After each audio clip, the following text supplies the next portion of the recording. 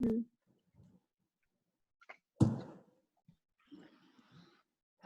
So hey everyone, to give you all a quick introduction of our guests today, we have Alina Alam and Swati Dokania. Did I say that right? That's right. Okay, I'm glad. They are the co-directors of Mitti Cafe, and it's a really great initiative which we will get to know more about right now. And so let's get to the questions, yeah? Sure. So, this question is to Alina mainly. So, how and when did the idea of Mitti Cafe come to you? There have been 3 incidents that have shaped the idea of Mitti Cafe, or what I ultimately ended up doing, which is Mitti Cafe. One was one that I could immediately remember, is this one story that I heard while in college, while I think this was in the final year of university and at Azim Premji University, which is when I got to see this documentary. It's called Nero's Guests. I don't know whether you're aware of it, but it was the story of this. Um, I mean, again, the story was of Nero's guests, as the name suggests. So basically, Nero was this emperor in the mighty Roman Empire, and he would win one war after the other, and the other, and the other, till he won the biggest battle of his life. And when he won this battle, he decided to throw a party. I mean, generally when you win, you celebrate. So he called the kings and queens and princes and princesses of kingdoms. And also for a party, you need light, and a lot of light. So tab to bulb nahi tha. So this chap had a fantastic idea that why not burn some waste and generate light out of it. Right. He decided to burn the prisoners of war, and that's what he did. And while the prisoners burnt, the guests, they danced, they sang, they cheered. And the problem here, Angela, is not Nero. There'll be so many Neros in this world, and the problem was Nero's guests. Each of whom didn't let that situation affect them. And sitting in that classroom, it was a face palm moment for me, where I realized that I was one of Nero's guests. It was pretty scary then to basically point a finger at myself, but I realized that if one doesn't take, put their actions into words into action, Right. then, or are silent about, or are not taking any side, when there is a situation that affects the larger population, then they've taken the side of the oppressor. And things became very simple, which is when I Mm-hmm. volunteered for organizations that are doing fantastic work in the inclusion space. And it is via the volunteering opportunities that I got through the engagement with the organizations, where I got to meet so many adults with disabilities, that I realized that yeah, problem nahi hai, that there are 70 million people with disabilities in India and a billion across the world. That really is not the problem. The problem is the disability in our perception. So wanted to create like a visible, tangible, interactive model that could generate awareness about inclusion. So at Mitti Cafes, our success or failure is heavily dependent on the community. Right from the housekeeping staff to our corporate. To the corporate that's hosting us in their particular office, to the customers, each of them are extremely engaged. Yeah. Wow, quite a story. And Swati, I would like to ask you as well. You had a pretty amazing career before you joined Mitti Cafe. So, if you could tell us how you joined Mitti Cafe. Sure. I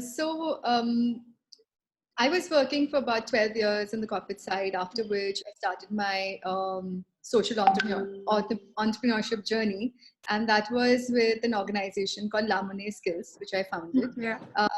Lamone Skills was working in the area of vocational skilling and employment for persons with disabilities.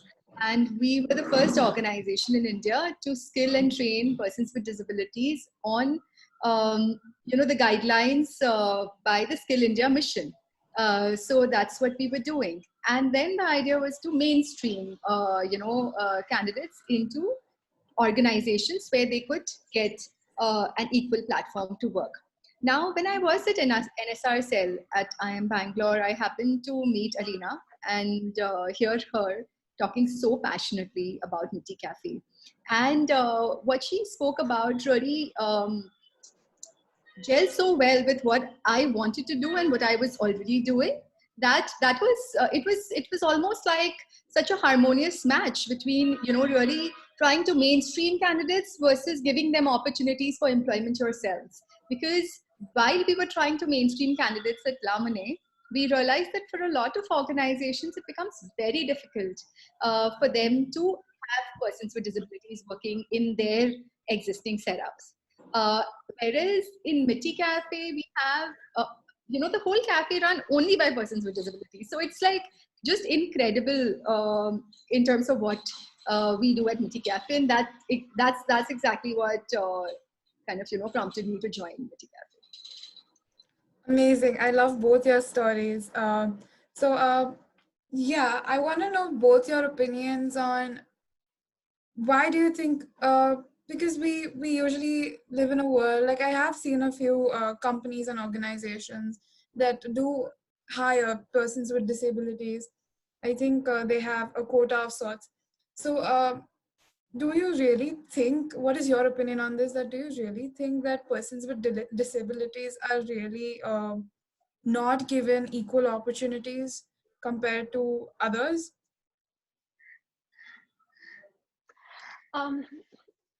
Swati, would you want to take that up? Yeah, you'd have a lot to say. Yeah, no, I can totally, subscribe to the fact that I don't think they are giving equal opportunities at all. Okay. There are many reasons for this. One is organizations are very busy running their own businesses and they don't have the time to accommodate persons with disabilities with their whole set of challenges.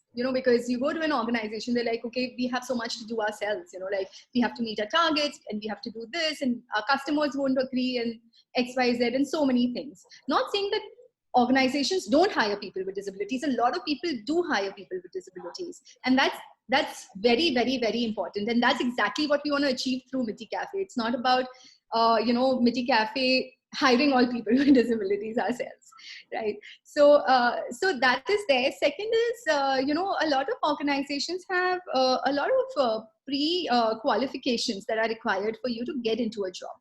For instance, a retail organization, even at a store level job, would require you to be at least a 10th pass or a 12th pass, right? You wouldn't find a lot of persons with disabilities who have that kind of an educational background. Okay. So it brings them to a big disadvantage. Also, a lot of people believe that these pre-qualifications are not because they are required for the job, but because there's so many people applying for the job that they need some sort of a filtering criteria. So so if you look at the same filters being applied for persons with disabilities as well, they would not stand a chance, right? How would they land a job where you require a person to be a 12 pass, whereas the skills are not required for 12 pass candidate? Yes. Right. And Right. And I'd want to add to that, Angela, that, it's very important to applaud the organizations that are employing adults with disabilities. So you have like a ECOS that is employing adults with hearing and speech impairment. You have like a Arpan Cafe that is doing fantabulous work. They're employing adults with intellectual disabilities. You have a Mirchi and Mime doing the same. So you have a Hatti Kapi employing adults with disabilities. So why does, another Mitti Cafe need to exist? I mean, that's a very valid question. And the answer to this is, in the stories of our people with disabilities who work with us, because we believe that underdogs work the best for us. I mean, they the best success stories for our organization. Right. Whether it is Bhairappa, I mean, when he came in, he did not know the concept of brushing his teeth or wearing slippers. He's about 3 feet in height. He was rejected at 70 jobs for, in job fairs organized for people with disabilities, which is when we got lucky and we found him. Today, he's the team lead with us. Ratna, she was earning 2,000 rupees, in a factory that she was working. She's wheelchair able. And what a charm. So when this girl came in, like, the first, so our hiring, as an organization, we are very impulsive, fortunately or unfortunately, but it does work in our favor a lot of times. So Ratna was hired, in a 5 minutes on the go meeting. And we came to know that on the first day when she came, that she did not know ABCD or 1, 2, 3, 4. That same girl today, she sits on her wheelchair and she's the cashier for our cafe. She counts money like a professional, and she has taught herself reading and numbers. I mean, it is fantabulous. And I mean, we've got stories and stories, that prove that, there are people with disabilities, even amongst people with disabilities who find it difficult to get mainstream, but these stories need to come out so that more people understand, the kind of potential that these guys have. I mean, Mitti Cafe, like, next 3 years, even if we have 100 cafes, how many people will be employed? 1,000 people. But then the focus of Mitti Cafe is not just employment now, it is creating awareness about inclusion through the wonderful stories. So, yeah. Wow. Your focus a lot on, when I was reading your info, and your focus a lot on something known as participatory management. So could you all explain that concept to us, please? Yeah. So I have always believed in the bottom up approach versus the top down approach of governance. Whether it is, managing a country or managing your, the 2 people or the 3 people or the 5 people in your family. So for us in the Mitti family, we value the opinions of, all our employees, with disabilities, irrespective of, the position that, they happen to be in, because we feel that, we have got so much to learn from everyone, and everyone has the potential to grow. And for any organization to be successful, for sustainable development, that has to happen. So your stakeholders need to own the organization, and that only happens when you make them a part of your decision making, which we are very serious about. So today, whether it is our HR policies or, operational changes, we have standard operating procedures. So a change in that, or, be it, taking or not taking a catering order, it all comes from, the people who'd be doing it. And you'd be surprised to know, the kind of positive impact, that has when you make, your stakeholders, take ownership of, whatever you're doing. It is highly empowering and a very intelligent thing to do. In fact, I would like to add here, Alina, if you remember, Ratna kind of suggested at the Infosys Cafe that we put those small biscuit packets because they would sell with the tea. Yeah, the Parle Ji, yeah. So, so one is participatory in terms of course, taking decisions, also in terms of really owning the whole cafe and the process, because it really doesn't belong, Mitti Cafe doesn't belong to anyone, it belongs to everybody. And it's about the culture that, the culture of any organization is of paramount importance when you're looking at growth. So the culture of our organization, and we strive to keep it, the same, or even become better, better version of ourselves, where, anyone in the organization, say, anyone, the organization could tell me or Swati that, hey, what is going on is something that, is not right. Maybe we could do it this way. And we're like, oh, wow. We're just so happy. So, yeah. So Mitti Cafe is basically everybody's baby. It's not just one or two people's baby, it's everyone's. Of course. Absolutely. Amazing. So as you said, how do you get your employees? One thing you said you got them from a job fair for persons with disabilities. Has someone probably just randomly seen people working with you and thought that they could join as well? And how do you find your employees, one? And two, once they join you, what is the process of like training them?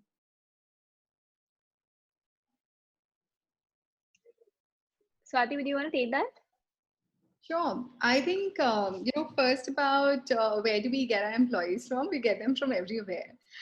So we work with partner organizations like the APD, Enable India, Samarthanam Trust, who help us, recruit persons with disabilities. But having said that, we have some amazing stories of people who we just found on the road. So Rajshekhar is a person with intellectual disability. And we found him on the road in Hubli, just walking up and down, thinking that, okay, this person just aimlessly walking up and down. And we approached him, said that, okay, why don't you come for an interview? He came for an interview, and that is how he got hired. So it is not there is a formal set process that we have partner organizations who always give us persons with disabilities who we can hire. But as you said, a lot of persons with disabilities would come through references as well of our existing employees. A lot of people get trained and they might go away to start their own cafes and they refer other people to come to us. So it's a whole gamut. It's like a whole community really working. Wow. Alina, are you there with us?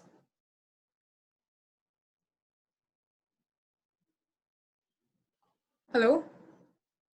I think I think she must have got disconnected. We'll... Coming to the next part of the question, in terms of the training, so we have an on-the-job training. We've got a training module that has been designed, and every person who joins in comes. I'm sorry, I think I'm getting a call. No problem. Okay. Yeah, so every person who joins our organization goes through an online on-the-job training process, and this happens for our new cafes and for our existing cafes as well. I don't know, can we pause this? Yes. Yes. So I was speaking about the hiring process and then the training process. So as I said that we have a proper model of on-the-job training that happens. Interestingly, all our trainers are also the people who are working in the cafe. So at every cafe, we have a designated trainer who takes care of the training needs. Apart from our own employees getting trained, Mitti Cafe is also a platform for training other people with disabilities. So every 2 months, we take about 4 persons in every Mitti Cafe and we provide them experiential training at the cafe. After receiving this experiential training, these candidates might be a job in our cafe itself, or they might be placed outside in other organizations. Amazing, amazing. And next question is, how many cafes do you have? And in each cafe, what kind of a reaction do you usually find from your customers? So we currently have 12 cafes within different. We don't have cafes at public spaces at all. So within corporates, colleges, hospitals. Reactions are quite interesting. So we get a lot of queries, a lot of questions, which we feel it's very healthy. That people are asking questions about, say, if you have adults with intellectual disabilities, which are generally hidden disabilities, a lot of them. So somebody's got autism, it is very difficult for them, because visibly you can't see their disability. So we've got queries like, hey, why is he so expressionless, or why is she so expressionless? Why is he responding in a certain way?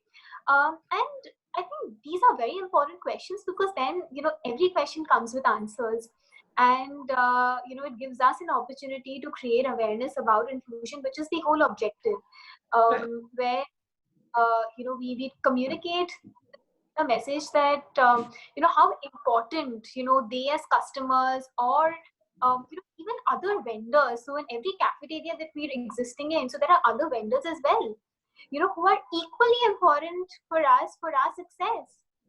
I mean, unless they support us, say for example, a Sadik who's in a wheelchair, he's our cashier, he needs to go to the washroom immediately. The other vendor, voluntarily fills in. So these are unsaid things, but then they're very powerful stories in terms of the community's involvement, and how natural reactions, because a lot for a lot of our customers, when they come in, they're curious that, oh, I mean, somebody is with one hand, how is that person going to be able to work? Or somebody who can't hear and speak, how will I be able to communicate with that one person? Well, the answer, you'll get all those answers if you come into a Mitti Cafe and start interacting. And I mean, what is very important, and what a lot of people realize, is that communication is not just verbal communication. The other day, I walked into one of our cafes and I see one of our customers doing this. And I look at Shivlila, she can't hear and speak. So he meant to say, and they understood, that onion, put less onion. Onion, put less onion. So, Wow. Swati, would you like to add something to this? Just one little bit about how incredibly our corporates also support us. So for instance, I'm again mentioning Infosys. They made a video about Mitti Cafe and sent it to all their development centers, encouraging them to have a Mitti Cafe at their campus. Today, during this whole crisis, the way our partner organizations are supporting us is also a testimony to the way loved our concept, and they really care about the inclusion that we bring into their workplaces with Mitti Cafe. Yeah, definitely. You guys must have really amazing stories that you must be experiencing every single day. I can't even imagine. And yes, it's very important that people ask questions about this, because even if probably they meet someone like this while walking on the road, they won't be so quick to judge. Otherwise, people are very quick to judge. So yeah, thank you for everything that you're doing. Just a couple more questions is, how is Mitti Cafe operating during this lockdown?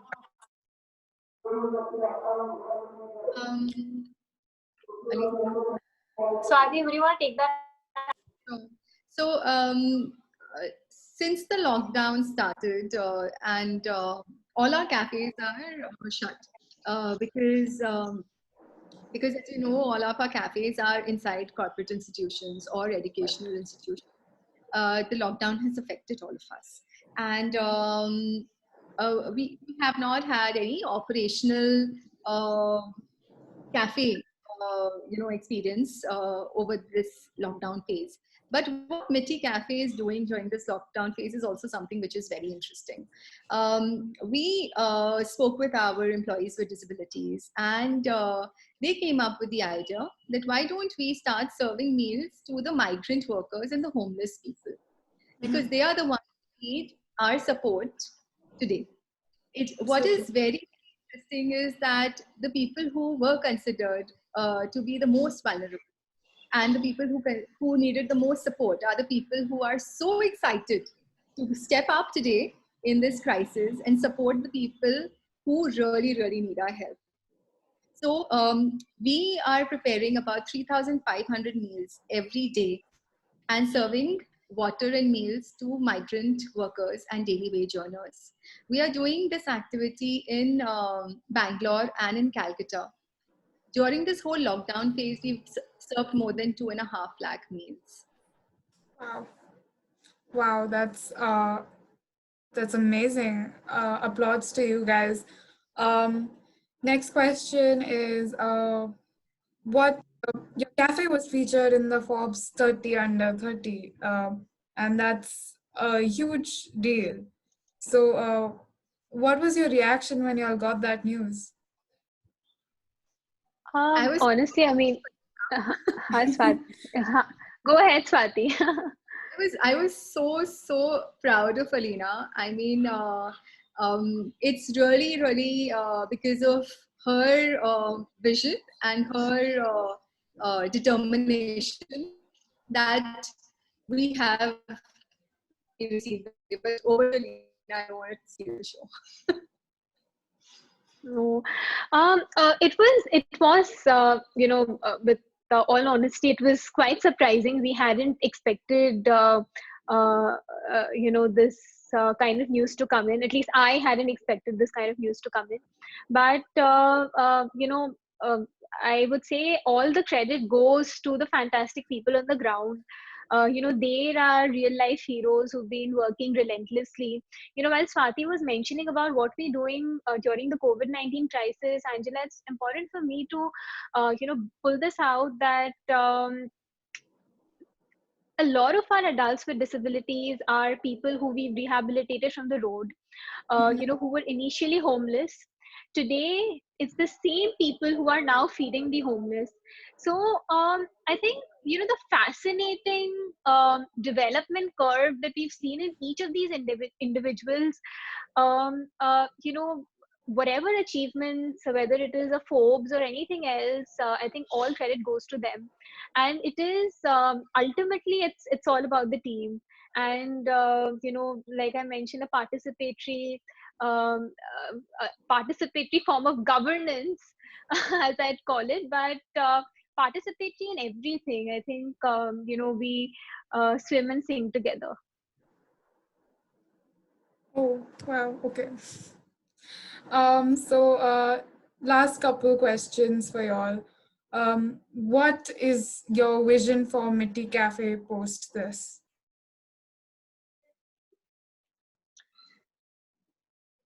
So, Angela, the vision doesn't change. So, the vision has always been these couple of words, that uh, is basically, what we live by: economic independence and dignity for all. So, that'll never change. The methods may evolve, may develop. We may add a couple of other verticals, but ultimately, the ultimate vision would be this. Um, in different forms. So the sky is the limit when you think about the kind of possibilities. We had never we had never got into disaster management. We're not experienced in that.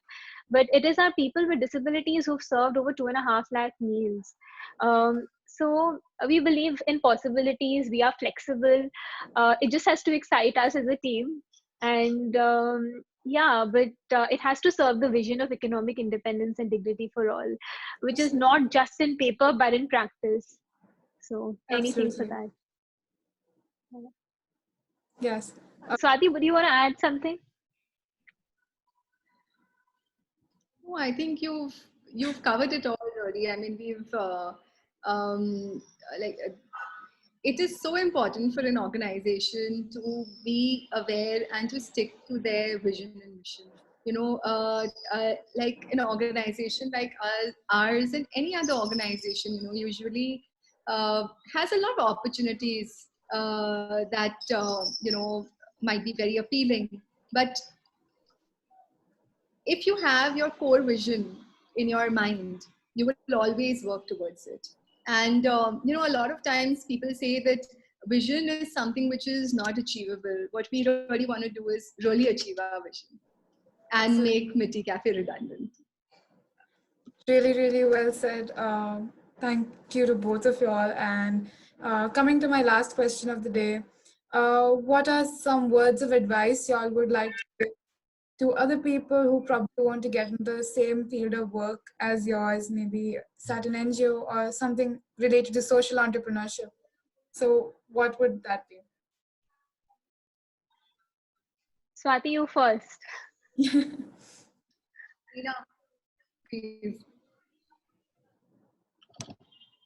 Swati is the boss lady.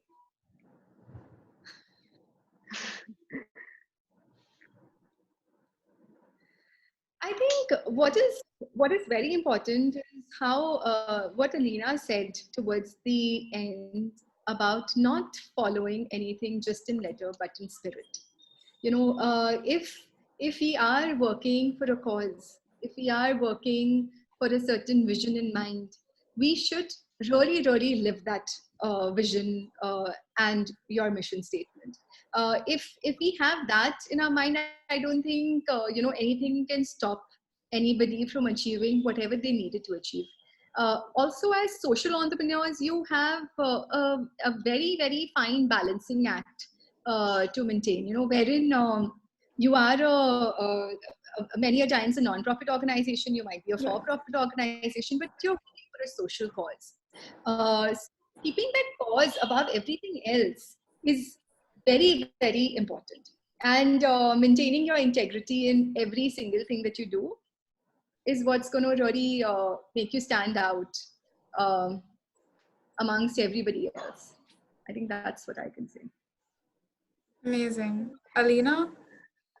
Yeah. So, maybe from, my experiences of the ups and the downs. When I started my, again, entrepreneurship journey, Mitti is the first social enterprise that, I ventured into right after college. So for me, I was not even aware of a phenomena called, social incubation centers. Like, what the hell is that? I was not aware of what, so in one of these mentor sessions, a question was asked, what is the capex and what's the opex of your cafes? I was like, what is capex and what is opex? Hello.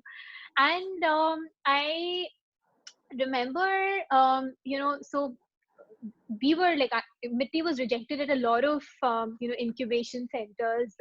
There were organizations far better off than us, doing much better work on the field.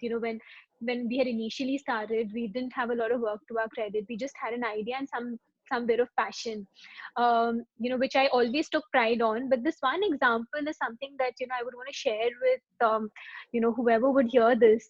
So so in one of these incubation centers, I will not take the name, of course, but there were a couple of judges and you had to pitch, and I was terrible at pitching, of course. When I started, and then there were, there were marks on different parameters like idea, experience, and etc. And then you get to see your scores at the end of it. So there were 3 judges, for that particular round, and I still remember that, of course, sab mein to laddu I got, but in passion, would you guess how much they gave me? Full mark. Tell us. They gave me 1 out of 5 unanimously on passion, like 1 out of 5. And Really? yes, they did. And I went back home and I cried. I was like, yaar, matlab kuch nahi hai, samajh aata hai, but passion to hai yaar. Matlab, and that was the day which was like a turning point where I could decide to listen to what they felt, or I could decide to listen to myself. It is important to have people who help you with positive criticism, but it is also, it is extremely essential to have people around you who are positive in general, without the criticism part, who can just hear you out. So for me, I think having those set of people, it really helped. But at the end of it, it was about being adamant. I think being adamant is one, in whichever field you're a part of, it's very important to be ziddi. So if you are, then if you're a leech, and be shameless, when it comes to asking people. I have been shameless. I've been kicked out of incubation centers, but I was like a leech. And desperation works, when you're starting off and when people see that you're desperate. I decided to go to Hubli, and with every, and I remember that I went to organizations working in the inclusion space, asking them to help me with candidates with disabilities, and they asked me a couple of questions. They were like, okay, have you got any experience of doing business? I was like, no. Any experience of running, anything to do with restaurants or food industry? I was like, no. They were like, have you worked with people with disabilities before? I was like, not work, volunteers. Then they like, do you know sign language? I was like, no. Then they were like, go. So I went from door to door, house to house, distributing vacancy pamphlets in Kannada, because organizations weren't willing to give me people. So you'll have to go through all of this, and remember that the tougher the journey, the more stories you'll have at the end of it, and it'll eventually turn out to be good. So that's something that I always believe in, but you have to be adamant. Very, very adamant. Mm-hmm. Absolutely. Wow, it's just been a pleasure talking to both of you all and listening to your experience and the stories that you all shared with us today. Some things are really going to stick with me forever. So thank you so much, Alina and Swati, for joining us. And I'm sure, I hope I get the opportunity to visit one of your Mitti Cafes someday. Yeah, of course. I mean, you will have to create that opportunity, Angela. I mean, you're stuck now. You're trapped. Yes, someday, hopefully. And thank you so much, both of you all, for joining us again. Thank you, Angela, for all the effort that you and Amit and the entire wonderful team have been taking. So really appreciate it. Thank you. Thank you. Thank you. On this note, good night and take care. I hope everybody's safe. Yes.